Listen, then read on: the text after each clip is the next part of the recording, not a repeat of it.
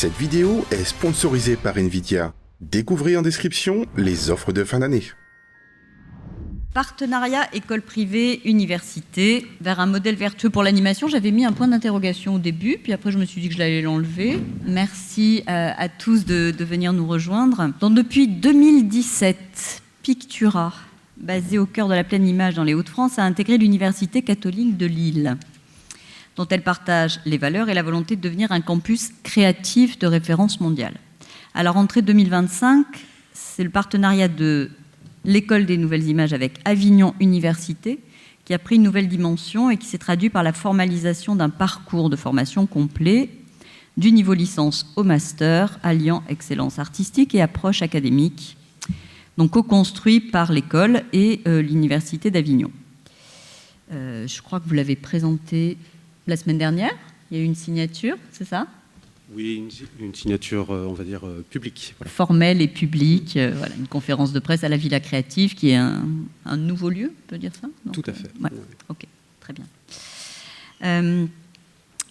Donc, pour parler de ces initiatives, de ces expériences, j'ai le plaisir d'accueillir donc Jean-Marc Assier, qui est le vice-président prospective et stratégie à l'Université catholique de Lille, et Jérémy Teng, qui est le directeur de Pictura, donc pleine image, Roubaix, c'est ça ? C'est ça. Tout à fait. Et d'autre part, donc plutôt des gens qui viennent du nord de la France, et d'autre part, Julien de Paris, donc le directeur général, le fondateur de l'École des Nouvelles Images, Georges Linares, tout au bout, qui est le président d'Avignon Université, et entre les deux, Laurent Lombard, directeur du master en création numérique à l'Université d'Avignon. Je vais peut-être commencer par vous, messieurs, si vous voulez bien, puisque vous avez l'expérience un peu la plus, non pas la plus ancienne, mais le plus expérience, en tout cas, dans ce type de partenariat. On y va. Nous y allons. Donc, bonjour à chacune et chacun. Tout d'abord pour... Jean-Marc. Il faut que j'approche le micro, d'accord. Oui, c'est ça, et le relever. Ouais. Voilà. Tout d'abord pour... on va dire situer le contexte. Je vais vous dire quelques mots rapidement de l'Université catholique de Lille, puis Jérémy donc, nous décrira plus complètement l'école Pictura et l'évolution de cette école. Alors, au niveau de l'Université catholique de Lille, donc, nous pouvons situer l'Université catholique, donc elle a 150 ans cette année, donc elle a été créée en 1875 dans le nord de la France, plus précisément à Lille, par des dirigeants et responsables d'entreprises. Nous étions en fait en plein dans la révolution industrielle, donc il y avait effectivement de très nombreuses entreprises, et il n'y avait pas du tout d'université sur le territoire de Lille et sur le territoire des Hauts-de-France, puisque l'Université de Lille n'a été créée qu'en 1894. Donc c'était effectivement la première implantation à Lille. Alors là, nous avons sur cette diapositive l'accroche du projet actuel, donc porté par le président recteur Patrick Scoffler. Nous sommes sur un mandat de 5 ans pour la période qui vient. Donc le mandat a commencé le 1er juillet 2025. Et donc l'accroche, c'est « Soyons acteurs pour le monde, éclairons l'avenir ». Parce qu'effectivement, donc, nous avons fêté les 150 ans qui nous ont précédés et nous projetons donc l'université dans les 150 ans qui viennent. Alors c'est un peu ambitieux, mais en tout cas, nous avons eu donc différentes réflexions, différentes projections en fiction, bien sûr, mais par exemple sur Université 2100 pour essayer d'envisager comment les choses pourraient être envisagées. Alors l'université catholique de Lille, c'est aujourd'hui 43 000 étudiants, 21 établissements, c'est une université fédérative. Et donc, en fait, l'université rassemble donc 21 établissements. Nous avons 550 partenariats à l'international, donc des échanges internationaux nombreux. Mais nous avons également, donc, à côté des établissements d'enseignement supérieur et de recherche, tout un secteur hospitalier, un secteur donc santé sociale. Donc là, on retrouve sur cette diapositive les logos des différents établissements. Sur la partie gauche, sur les deux premières colonnes de gauche, donc nous avons les facultés et les écoles facultaires. Dans la troisième colonne, donc, nous avons les écoles membres de l'université, et sur la quatrième colonne, nous avons donc des services du campus. Tous les établissements par exemple, sur la troisième colonne, membres de l'université ont un statut, donc association loi 1901, donc, c'est-à-dire donc privé, associatif, participant au service public et bénéficiant donc du label ESPIG. Donc établissement d'enseignement supérieur privé d'intérêt général. Alors, 345 filières de formation, autrement dit donc des filières dans pratiquement l'ensemble des champs disciplinaires. Et nous n'avions pas, mais nous pourrions y revenir tout à l'heure, des filières dans le domaine de l'art, du design, sauf peut-être un peu d'histoire de l'art au niveau de la faculté de lettres et sciences humaines. Et c'est également une des réflexions donc, qui a conduit au rapprochement avec Pictura. Nous avons sur cette diapositive les représentations donc, de quelques immeubles sur différents campus de la métropole lilloise. Donc tout à fait en haut à gauche, nous avons l'immeuble historique de l'université, donc qui s'appelle l'Hôtel Académique, qui a été construit entre 1875 et 1880. Et nous avons donc au milieu à droite l'immeuble qui est le nouvel immeuble donc, de Pictura sur le campus Pleine Image à Roubaix. Voilà, je laisse la parole à Jérémy. Donc ouais, pour amener un peu le cadre sur quelque part notre intégration, ce qui a permis à l'école de se rapprocher de l'université. Donc l'école existait depuis 20 ans, donc l'école Pôle 3D nativement, fondée en 2003, a pu évoluer sur plusieurs paliers, qui était d'abord une école technique, hein, vraiment on formait des infographistes 3D à l'époque.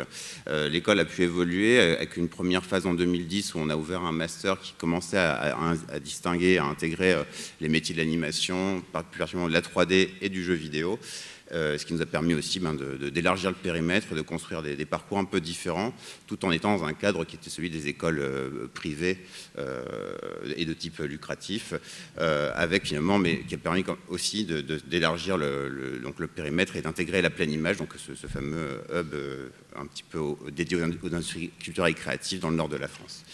En 2017, on a pu donc, se rapprocher de l'Université catholique de Lille pour entrer dans une première association qui nous a fait entrer dans l'espace fédératif de l'université avec un rapprochement synergique entre nos deux parties. Voilà, donc nous avons envisagé, donc, côté université, ce rapprochement synergique avec beaucoup d'intérêt, puisque nous avions donc à l'époque conduit une étude pour le projet du président recteur de l'époque, Pierre Giorgini. Et dans cette étude, donc, il y avait différents volets, dont un volet qui portait notamment sur l'insertion professionnelle et l'intégration professionnelle des diplômés de l'université d'une façon générale. Alors, ce qui ressortait globalement, c'est que voilà, les diplômés étaient formés de belle façon, avec des compétences vraiment bonnes, une intégration dans les entreprises qui se passait bien. Globalement, finalement, une insertion professionnelle qui se déroulait globalement bien. Mais avec quand même deux difficultés qui étaient apparues dans cette enquête auprès des entreprises. Un manque de créativité donc, chez nos diplômés et une difficulté à prendre des décisions. Alors nous étions en pleine période, donc, de l'entreprise libérée. Donc dans les entreprises, il y avait effectivement une attente forte de la capacité à prendre des décisions. Et il s'avérait donc parmi nos diplômés, c'était pas forcément, enfin ça pouvait quelquefois être un peu difficile de prendre des décisions. Alors donc sur le premier point sur la créativité, donc nous sommes dit effectivement qu'il faudrait que nous développions des efforts importants en ce sens. Donc il y a différentes initiatives qui ont été mises en place, notamment le déploiement d'un campus créatif, mais également donc il y a eu cette opportunité donc de réfléchir avec à l'époque Pôle 3D, et Jérémy va nous dire effectivement de ce point de vue-là comment les choses se sont déroulées. Donc on a pu dès lors donc, rentrer dans une transformation qu'on a appelée universitarisation, on y reviendra un peu plus tard, et donc rentrer dans ce phasage qui a pu quelque part nous permettre de basculer même sur l'ingénierie pédagogique, sur de nouveaux modèles. On était sur des programmes qui répondaient un peu à un cahier des charges qui était autour de la formation, voire de la formation professionnelle avec un titre RNCP. Et en 2019, on a pu cheminer, évoluer et basculer sur un modèle donc licence master. Et en projet, on y réfléchit à une trajectoire de doctorat, donc dans la continuité d'un périmètre universitaire, et donc de transformer l'école complètement dans son organisation, dans sa pédagogie, pour répondre à un nouveau cahier des charges et nous rapprocher aussi d'autres acteurs, puisque dans ce parcours-là, on a pu aussi se rapprocher de l'Université Polytechnique de Valenciennes, du PHF, pour rentrer en conventionnement et donc délivrer dès lors des diplômes universitaires au grade licence et master. Et le chemin n'est pas terminé puisque là, cette année, au 1er janvier 2025, l'école deviendra complètement une école facultaire au sein de l'Université catholique de Lille. Donc là, on est considéré comme un établissement autonome secondaire, donc une école qui est un peu encore en gravitation, mais là, on sera considéré comme une école définitivement ancrée dans le périmètre de l'université. Donc sur l'universitarisation, c'est un des grands changements et plus particulier au titre de la pédagogie. Ça nous a permis donc de basculer, de transformer nos programmes de formation, de basculer sur des maquettes pédagogiques répondant aux contraintes universitaires, avec tout ce que ça peut amener, hein, les crédits ECTS, l'évaluation et les différents audits auxquels on peut répondre pour s'assurer de la qualité des programmes avec différentes instances, aussi de rentrer dans un phasage où on rencontre fréquemment donc, les responsables des formations et des cursus des différents parcours de licence et de master donc, de l'Université de Valenciennes, et de rentrer aussi dans une dynamique où on peut participer dans différentes alliances de projets, à des projets européens ou des projets nationaux. Ça nous a permis aussi d'intégrer une chose qui était complètement nouvelle dans notre fonctionnement, c'est d'intégrer des enseignants-chercheurs, donc d'intégrer un périmètre de recherche, ce qui nous a permis d'engager un mouvement de fond assez particulier et d'approfondir certaines voies, notamment sur les sciences et techniques, sur les sciences cognitives, sur la programmation fondamentale et le développement aussi d'un secteur dédié à la VR et à différents niveaux, en santé, en industrie ou même en interactivité ou dans les ICC. Et aussi de commencer à investir le terrain de la recherche en art et en culture du visuel. Et donc de participer à différents appels à projets. Donc aujourd'hui, on a pu candidater à différents projets sur France 2030, mais aussi intégrer des projets type PIA, donc des plans d'investissement d'avenir, et de participer à des grands projets intéressants. Ça nous a permis également de créer des parcours très particuliers, donc dans nos parcours d'animation, d'animation 2D, animation 3D, jeux vidéo et illustration, d'intégrer notamment des volumes et des modules spécifiques en humanité, en algorithmique, en philosophie, en sémiologie. On a aussi pu densifier toute l'action et le travail de fond sur la culture artistique, l'expression plastique et toutes les techniques qui peuvent s'en rapprocher. Et on est assez fiers aussi d'avoir pu mettre en place un programme d'accompagnement en philosophie éthique, en philosophie des techniques et de la représentation, qui accompagne les étudiants de la licence jusqu'au master, avec des soutenances particulières et des entretiens particuliers avec une chaire philosophique de l'université pour finalement activer d'autres leviers de travail et inscrire les projets dans une autre dynamique, une autre réflexion et une autre portée. Voilà, ça nous a permis d'activer ces autres leviets, et on a pu aussi créer des modules qu'on a pu partager, donc ramener nos compétences, hein, celles de l'école et ses particularismes, que ce soit artistiques ou techniques, pour créer des modules particuliers qu'on a offerts et qu'on a proposés aux écoles dans le périmètre de l'université, donc créer des modules en développement informatique à destination des licences numériques, de créer des modules en muséographie ou des dispositifs verts à destination de masters en gestion du patrimoine et en gestion des musées, de créer des modules dédiés à la gamification, à l'UX design.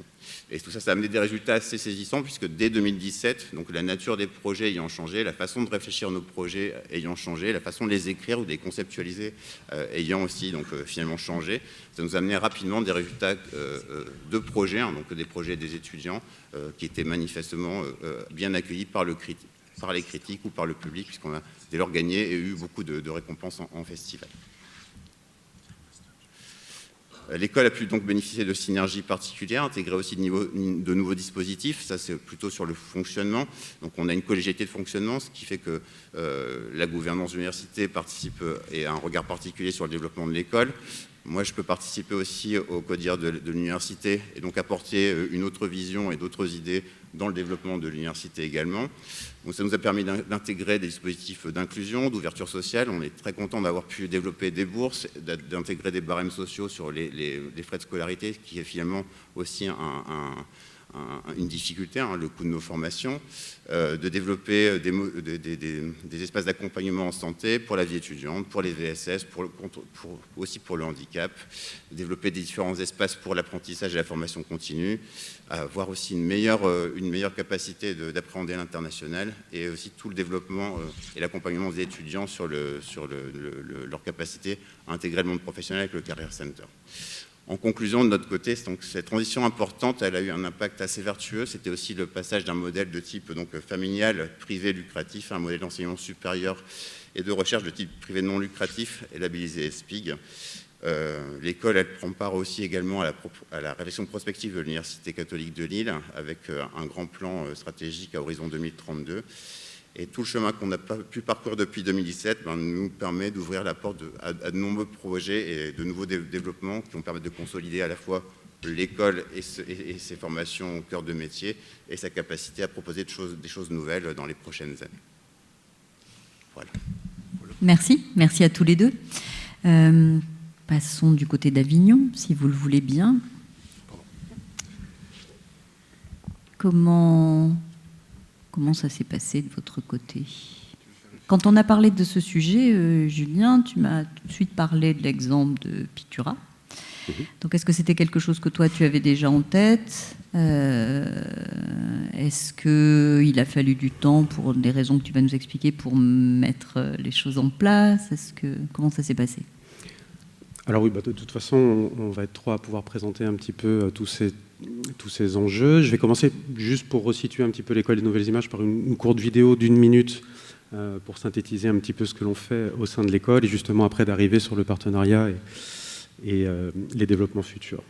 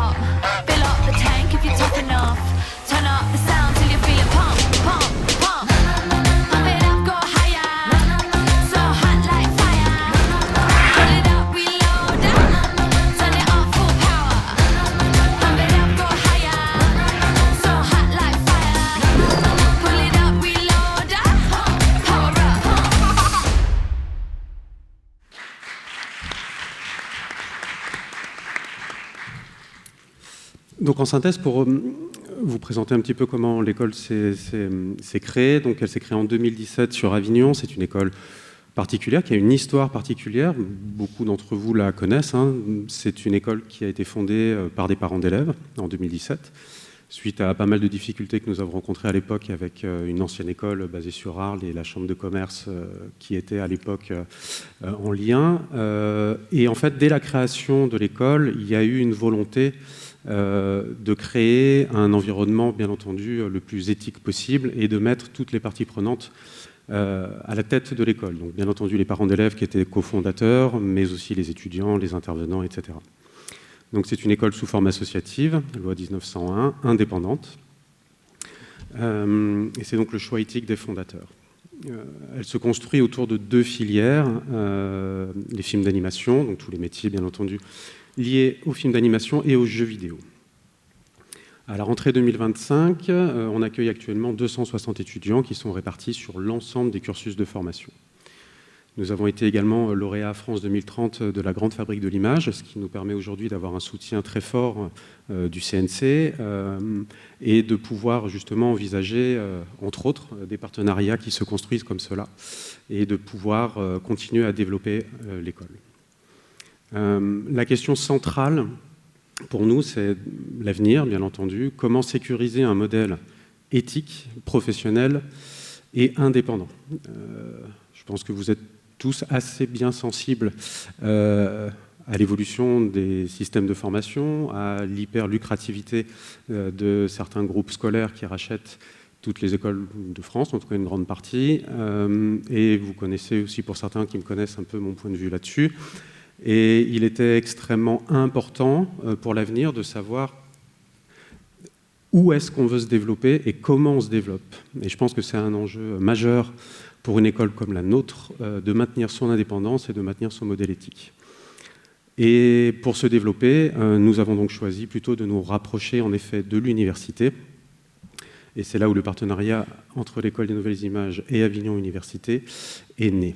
Et là, je vais laisser la parole maintenant à Monsieur Georges Linares, président de l'Université d'Avignon. Merci. D'abord, je dois vous dire que je suis très heureux d'être là aujourd'hui. Merci de cette invitation. Alors, l'Université d'Avignon, parce que je n'avais pas prévu de parler d'histoire, mais elle a été créée en 1304. Ce n'était pas un concours d'ancienneté, hein, mais elle a été créée par les papes qui trouvaient que la Sorbonne était trop proche du pouvoir royal. J'aime bien raconter cette histoire parce que de dire que son université est née d'une espèce de mouvement d'émancipation, voilà, c'est plutôt agréable, même si l'émancipation soutenue par les papes, ça peut un peu interroger, mais en tout cas, c'est quand même ça dit quelque chose quand même de ce qu'est la façon dont fonctionne l'université. Il y a peut-être quelques traces de cette histoire ancienne dans la façon dont on se construit. En fait, l'Université d'Avignon, c'est une petite université, hein, 7000 étudiants, 750 personnels. Ça reste une assez grosse machine quand même. Même une petite université sur le territoire, ça a un impact et un rôle un peu particulier, mais c'est surtout une université qui a fait le choix de la spécialisation. C'est-à-dire qu'en fait, il y a plus de 10 ans maintenant, une quinzaine d'années, on a décidé de se concentrer sur 2 thématiques assez transversales quand même dans l'université, mais qui sont en lien avec le territoire et qui s'appuyaient aussi sur le potentiel de recherche et le potentiel de formation de l'université. Alors il y a un champ qui est sur agrosciences, environnement et santé, c'est peut-être un peu loin, encore que ça pourrait se discuter, mais c'est peut-être un peu loin de ce qui nous réunit aujourd'hui, et l'autre champ sur culture, patrimoine, société numérique. Voilà, cette politique de spécialisation, elle a structuré l'offre de formation, la politique de recherche, la façon dont on se présente aussi, et dont l'université construit une signature scientifique qui est bien identifiable à l'extérieur. Ça a été quand même notre fil directeur, hein, le fil directeur des différentes équipes qui se sont succédées à la tête de l'université ces dernières décennies. Au-delà de ce que l'université est, je crois que c'est important de bien avoir en tête aussi ce qu'on porte au niveau de la politique de développement de l'établissement. C'est-à-dire que peut-être parce qu'on est une université, mais je crois que il y a d'autres dimensions aussi. L'Université d'Avignon, c'est une université qui est très ouverte sur son environnement socio-économique et socio-culturel et qui se développe en s'appuyant sur les partenariats. Alors les partenariats, c'est les partenaires sur toutes les grandes missions de l'université, hein, sur la vie étudiante, sur l'offre de formation, on va en parler plus précisément tout à l'heure, sur la politique scientifique. Alors c'est vrai sur toutes les missions, c'est vrai aussi à toutes les échelles, du territoire à l'international. En fait, on cherche à se développer en s'appuyant sur des partenaires, en travaillant avec des partenaires. Tout ça pour vous dire qu'on est une université qui est extrêmement ouverte, en fait, et cette politique partenariale ou cette politique de développement qui s'appuie sur les partenariats, c'est aussi dans ce contexte-là que l'ouverture ou que le partenariat avec l'École des Nouvelles Images, c'est dans cette politique-là que le partenariat s'inscrit. Pour nous, la politique partenariale, c'est le rapport qu'on a aux partenaires, s'appuie forcément sur des complémentarités. Et je dois dire que de ce côté-là, le partenariat avec l'École des Nouvelles Images, il a très forte valeur ajoutée pour nous, parce que l'École des Nouvelles Images a une expertise qu'on n'avait pas dans l'université.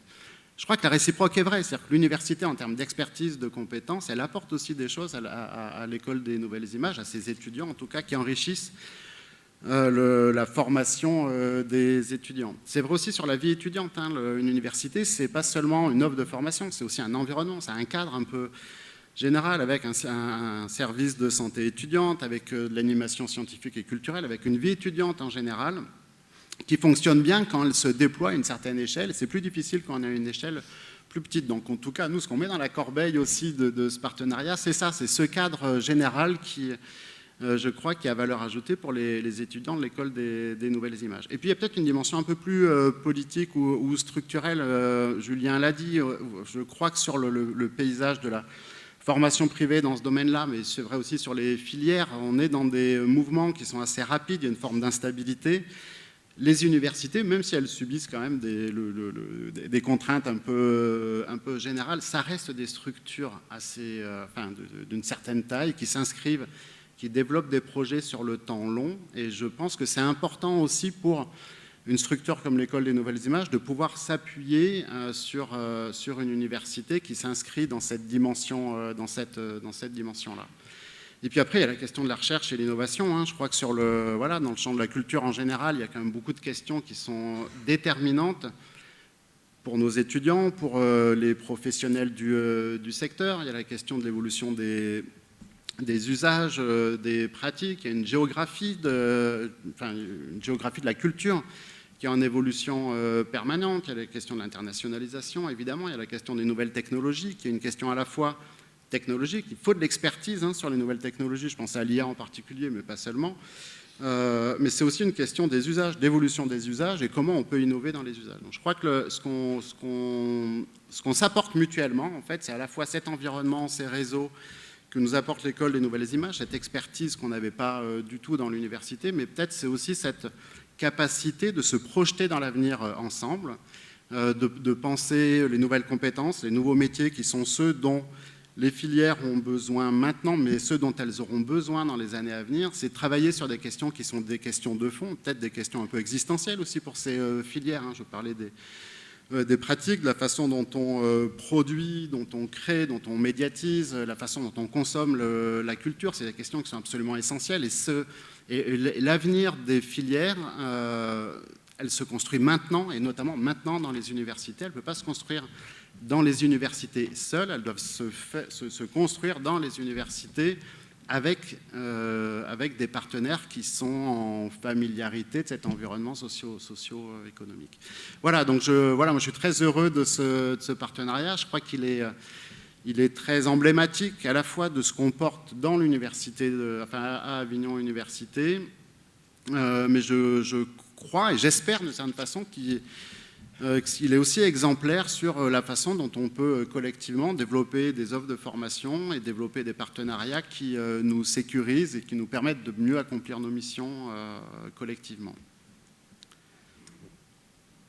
Laurent, tu veux compléter ? Oui, je voulais compléter sur la réalisation de ce partenariat. Effectivement, comme vient de le souligner Georges Linares, le président d'Avignon Université, ce partenariat, en fait, il naît aussi, le partenariat est vital pour nos universités, et notamment la nôtre sur notre territoire. Ça représente une vitalité, donc la vie. Aujourd'hui, dans un contexte où on a tendance à être contraint de façon généralisée, et on sait tous qu'un corps qui est contraint se replie, et donc pour éviter ce repli, on va chez le kiné. Alors ça tombe bien, il faut du mouvement pour se déplier, et le kiné, c'est la même racine que le mouvement, que le cinéma. Kinéma, c'est la même chose. Donc nous, on a décidé de se déplier, d'avoir une source vitale à travers le partenariat des nouvelles images. Parce que l'animation, c'est-à-dire ce mouvement-là, cette dynamique-là, représente un atout majeur pour la jeunesse. Et nous n'avions pas sur le territoire du Vaucluse une spécialisation de l'animation à l'université, qui aurait été très compliqué à mettre en œuvre en tant que tel, et donc s'appuyer, comme l'a dit Georges, sur des professionnels qui sont nos voisins géographiques était une puissance de dynamisme total. Et on le voit aujourd'hui, le film d'animation à Avignon Université et à l'École des Nouvelles Images, la rencontre des équipes pédagogiques avec des étudiants, la rencontre des chercheurs dans des disciplines variées avec le film d'animation, crée un enthousiasme très fort. Donc il y a une vitalité, il y a un dynamisme qui fait du bien à voir et grâce à ce partenariat. Et grâce au film d'animation, à la discipline du chant d'animation. Et le montage de ce partenariat n'a pas été simple, pour répondre à la question. Mais finalement, quand on est dans l'enthousiasme et dans la vitalité, quand on est dans le mouvement et dans le dynamisme, eh bien, on élimine petit à petit les contraintes. Et aujourd'hui, on est dans, je crois, la réussite de ce partenariat qui permet justement d'avoir des possibilités de formation. Nous aussi, un peu comme tu l'as dit tout à l'heure, on a injecté à l'intérieur de nos formations beaucoup d'esthétisme, de narratologie, de connaissance de l'histoire, de façon que les étudiants qui sortent diplômés de création numérique et de technique du son et de l'image, la licence de technique du son et de l'image et du master création numérique, puissent avoir conscience qu'ils appartiennent à une histoire culturelle. puissent comprendre que leur diplôme n'est pas une simple réalisation d'un projet, mais qu'ils appartiennent en tant que tels à une histoire moyennement longue, mais qui est encore à construire et qu'ils sont des éléments de cette construction de l'histoire du film d'animation et du jeu vidéo.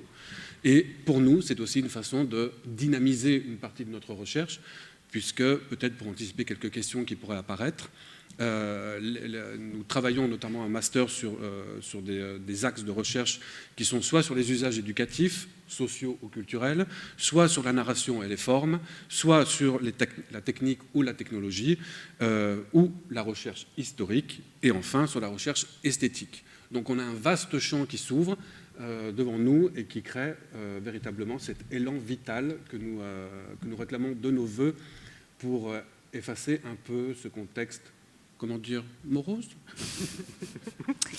Donc déplions-nous, c'est ça l'idée.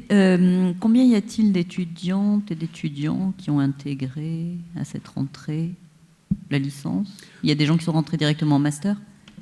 En fait, on a fonctionné sur une forme d'équivalence, c'est-à-dire que l'ensemble de nos étudiants ont automatiquement basculé en fait, sur un statut étudiant universitaire. Donc ce n'est pas un nouveau recrutement, c'est une bascule du coup de notre programme, etc., sur toute la partie pédagogique qui a été co-construite avec l'université et l'École des Nouvelles Images. Donc aujourd'hui, ce sont les 260 étudiants que j'ai cités tout à l'heure qui ont intégré ce cursus et ce statut.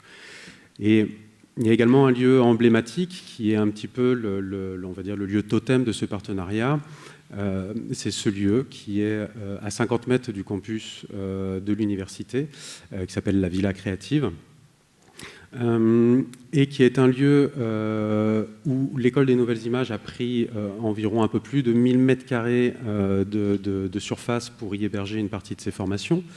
C'est également un lieu où il y a un pavillon de recherche et d'innovation, et c'est également un lieu qui accueille aujourd'hui plusieurs studios d'animation, parce que là on est très fiers, c'est qu'en 2017, quand nous sommes arrivés sur Avignon, un peu en urgence, il n'y avait rien du côté des studios, de la fabrication, on va dire, liée à notre secteur d'activité. Et aujourd'hui, nous comptons une dizaine de studios qui se sont implantés sur Avignon, en plus dans une période difficile. Donc on est vraiment très content d'avoir pu fédérer autant de personnes pour venir s'implanter sur Avignon. Et le lien entre l'université, notre école et les institutions locales, l'agglomération, le département, la région, etc., a été extrêmement dynamique pour favoriser justement l'essor de ces studios. Donc voilà, on en est très fiers d'avoir tout cet écosystème, on va dire, qui s'est construit. Et du côté de Lille, combien y a-t-il maintenant d'étudiantes et d'étudiants qui sont sortis de cette formule intégrée, si j'ose dire, de ce partenariat? Toutes les dernières promos sont sorties de ce partenariat, donc je n'ai pas compté exactement combien d'étudiants sont sortis. C'était pas une question piège, mais...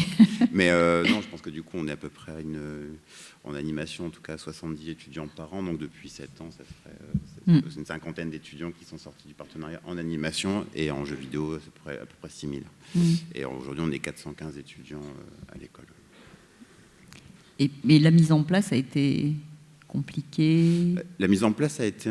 Alors, ça n'a pas été compliqué parce que je pense que ce qui a été fait, et de manière très bienveillante, c'était la capacité de l'Université catholique d'intégrer Pôle 3D à l'époque dans son giron et de mettre en place des services, et ces services, comme les affaires académiques pour la partie diplomation et le reste, pour qu'on puisse tout de suite avoir des dialogues de fond pour décortiquer nos maquettes, nos usages, les compétences qui étaient visées, la destination des projets, etc. Et comment on pouvait phaser sur la recherche, sur le plan pédagogique, sur l'évaluation pour réussir à phaser le mieux possible. Donc c'était assez facile parce qu'on a été accueillis entre guillemets. Ouais. La clé, c'est les êtres humains qui portent les projets, n'est-ce pas? Voilà. Très bien. Avez-vous quelque chose à rajouter avant? Mais on va peut-être passer la parole à la salle. Si vous... Merci. Georges, je vous en prie. Désolé, je ne voulais pas vous interrompre. Non, juste sur la Villa Créative, c'est vrai qu'on est passé un peu rapidement là-dessus. C'est un objet un peu atypique quand même, qui est aux interfaces, vraiment, c'est à l'interface de l'université, de l'environnement socio-économique ou culturel avec quand même, malgré tout, sur l'environnement culturel, sur les institutions culturelles. Enfin, Avignon est une ville de culture quand même, hein, donc c'était aussi le bon endroit, je crois, pour installer un objet comme celui-là, à l'interface création, sciences et société. Je crois que c'est un endroit un peu particulier où il y a un très gros potentiel, donc c'était important pour nous d'occuper cet endroit-là. Et puis c'est aussi, alors c'est un peu moins rigolo à raconter, hein, mais c'est aussi un montage particulier, un montage juridique, un modèle économique particulier avec une hybridation publique-privée. Enfin, en tout cas, il y a un coportage public-privé qui a permis de financer le lieu et quelque part qui le rend un peu indépendant de la santé ou de la bonne santé de l'université qui va bien quand même. Hein, je sais pas. Mais c'est aussi un modèle économique qui est particulier et qui attire l'attention des universités de France en général. Donc on a reçu déjà une dizaine d'universités qui viennent nous voir pour dire mais qu'est-ce que vous avez construit là ? Et évidemment ça suscite beaucoup d'intérêt parce qu'il y a des questions de valorisation du patrimoine immobilier des universités. Mais aussi, il y a comment cette question-là, on la pose dans une signature scientifique des universités que chaque université cultive, même si c'est souvent moins ancien que chez nous. Et puis la question de la politique de l'établissement, c'est comment on fait de ces objets-là des objets qui sont au service d'une politique d'une université qui veut s'engager dans son territoire et rayonner au niveau national et international. Donc c'est un outil au service de toutes ces dimensions-là. Là, on peut applaudir, je crois. Merci. Des questions. Elliot, ouais. Bonjour, Arnaud Lacaze à Gobelin. Merci beaucoup pour cette présentation, ces présentations qui sont très inspirantes. Vous avez évoqué quand même de façon assez pudique les difficultés liées à la mise en place de ces partenariats. Est-ce que vous pourriez être un peu plus précis sur, par grande masse, si je puis dire, les difficultés ou les frictions qui ont pu apparaître pour ces rapprochements ? Je peux en dire quelques mots. Je ne sais pas s'il y a eu des difficultés. Pardon. S'il vous plaît. Merci. Des difficultés, en tout cas, il y a évidemment pas mal d'obstacles à surmonter hein, quand on monte ce type de projet. D'abord, il y a la question du partenariat public-privé, mais privé, enfin, qu'est-ce qu'on veut dire ? Ça veut dire quoi privé précisément ? Alors, en l'occurrence, on est sur un modèle associatif et éthique. Donc ça a été une question qui aurait pu l'être à l'intérieur de l'université, finalement, qui s'est pas posée. Après, il y a quand même un ensemble de verrous, entre guillemets, institutionnels. Hein, c'est-à-dire que pour monter ça, il faut quand même ça se discute avec les tutelles. Pour construire la villa créative, ça se discute avec l'ensemble des collectivités territoriales, avec l'ensemble des acteurs. Et ça ne peut se faire que s'il y a un portage, une espèce d'alignement des acteurs et puis un portage politique forcé. Il faut que l'ensemble des acteurs soient assez conscients de toutes ces dimensions-là aussi et portent ensemble le projet. Donc je ne sais pas s'il y a des obstacles insurmontables, non. Des obstacles à surmonter, il y en a quand même quelques-uns, oui. Il y en a eu quelques-uns. Et puis après, il faut aussi de la ressource pour monter les formations. Hein. C'est-à-dire ça, c'est aussi de la ressource humaine en formation, c'est aussi des chercheurs qui doivent venir s'impliquer dans tout ça. C'est aussi une école qui doit parfois s'adapter à un contexte particulier qui est celui de l'université. Il y a toutes ces questions-là aussi qu'il faut bien intégrer. Mais je crois que Julien le disait tout à l'heure, c'est souvent une question de personnes aussi. Et de ce côté-là, vraiment, on a la qualité de la relation est excellente chez nous. Et Laurent avait raison de dire que c'est assez enthousiasmant pour l'université, finalement, ce partenariat. Et ça, c'est le moteur qui permet de dépasser quand même une bonne partie des obstacles que j'évoquais à l'instant. Juste peut-être avant, Jean-Marc, vous preniez la parole, mais ça vous a pris combien de temps, en fait, concrètement ? Alors, le partenariat avec l'École des Nouvelles Images, ça a été 1 an de construction. En sachant que nous avons ouvert, ce qui est chose très rare à l'université, nous avons ouvert les 5 années d'un coup. Généralement, c'est progressif. On ouvre la première année, ensuite 2e, 3e, 4e, 5e. Donc là, on a décidé d'ouvrir les 5 années à compter du mois de septembre qui vient de passer. Et donc, on a construit, avec des réunions de 4, 5, 6, 7 heures parfois, cette maquette de licence, cette maquette de master. Là, une des conditions, c'était effectivement une entente. On ne se connaissait pas. Il y a eu une entente à la fois éthique, politique, humaine, culturelle très forte. C'est vraiment une famille que celle de Avignon Université et l'École des Nouvelles Images. L'équipe pédagogique, il a fallu aller chercher, c'était aussi une des contraintes, essayer d'aller trouver les personnes qui voudraient bien intégrer ces formations. Et enfin, c'était que les équipes pédagogiques d'Avignon Université comprennent le milieu du cinéma d'animation et la façon de fonctionner d'une école privée. Et pour l'école privée, c'était aussi de comprendre le fonctionnement complexe d'Avignon, enfin des universités françaises, avec le côté administratif qu'elle comporte et la recherche, enfin, notre écosystème. Donc, quand cette rencontre s'est faite, ensuite, c'était du technique, mais voilà, une année. Pardon, Jean-Marc, je vous ai coupé, mais allez-y. En ce qui concerne notre projet, donc pas d'obstacle non plus insurmontable, mais effectivement différents enjeux, donc des enjeux de projet, des enjeux statutaires, des enjeux d'équipe, en fait, des enjeux également académiques, des enjeux immobiliers, donc effectivement plusieurs choses qu'il a fallu envisager donc, au fil du temps.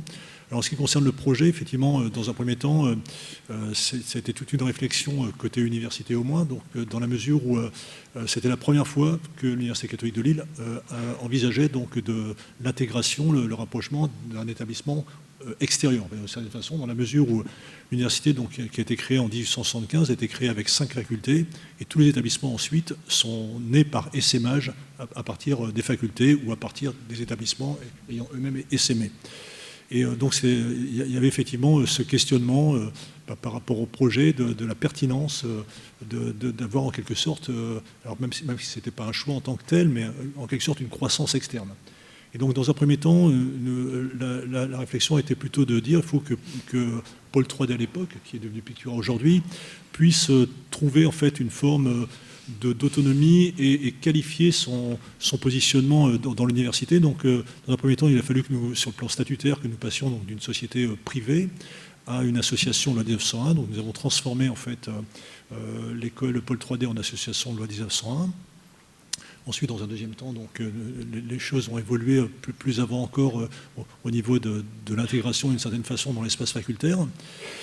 Par ailleurs, donc, il y avait des enjeux également académiques, puisque donc, au niveau de l'école Paul IIID à l'époque, les formateurs étaient plutôt des professionnels, on va dire, devenus formateurs. Il fallait que nous puissions continuer à intéresser ces équipes-là pour qu'elles puissent rester effectivement avec nous et que la dimension universitaire ne leur fasse pas peur ou ne les intéresse pas. Et en même temps, il fallait que nous trouvions la voie pour universitariser le projet de l'école et effectivement lui donner une ambition en prospective plus grande. Donc il y a eu tout un travail également à faire là-dessus. Et donc il a fallu un peu de temps, parce qu'effectivement il y a un temps, on va dire, d'apprivoisement, il y a un temps il faut faire connaissance, il faut se comprendre. Alors, dans un même temps, il y avait une volonté très grande de part et d'autre.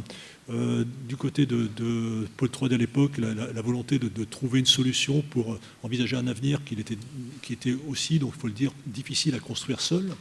Et du côté de l'université, une volonté voilà, de ne pas rester dans un académisme classique et d'essayer, donc, à travers Paul IIID, d'accélérer le mouvement de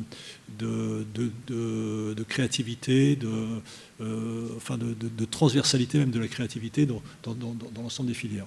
Ensuite, bon, il y a eu différents autres enjeux, donc y compris qui sont joués aussi avec les collectivités territoriales, parce qu'il a fallu que nous réfléchissions à l'implantation géographique, puisqu'il fallait, au niveau de l'école à l'époque, envisager un nouveau site. Et donc nous avons réfléchi, nous sommes positionnés pour conforter donc l'implantation pleine image donc, qui avait été imaginée sur la ville de Roubaix. Ce qui n'était pas facile non plus au vu de l'université, parce que aujourd'hui donc tout est fait et nous faisons tout pour que Roubaix voilà, redécolle vraiment. C'était une très très grande ville, mais c'était une ville qui a été très, très fortement fragilisée par toutes les problématiques donc, de fermeture dans le textile. Et donc, aujourd'hui, on va dire que la difficulté qu'il y avait, donc, c'était, on se disait, vu de l'université, avant de réussir à accueillir les étudiants dans l'école, il faut déjà qu'on arrive à les convaincre de venir à Roubaix. Et puis finalement, on s'est rendu compte qu'avec la dynamique pleine image, avec disons, tout ce qui a été mis en place, ce n'est plus une difficulté aujourd'hui. Et voilà, les étudiants sont très contents. Voilà, les choses se passent bien. Et donc il a fallu effectivement que nous envisagions donc sur la pleine image un projet immobilier très qualitatif que nous avons mis en place, avec une résidence étudiant également. Enfin voilà, donc différentes étapes, et sur le plan académique également différentes étapes, puisque nous passions donc de certification donc, de type RNCP à une diplomation universitaire. Et donc il fallait que nous puissions également trouver des conventionnements pour une diplomation universitaire, ce qui n'était pas forcément tout simple non plus, parce que du côté universitaire, voilà, l'école n'était pas perçue comme justement universitaire, et donc il fallait que nous puissions cheminer ensemble pour arriver à cette possibilité donc, de diplomation universitaire, tout en renforçant le corps des enseignants-chercheurs.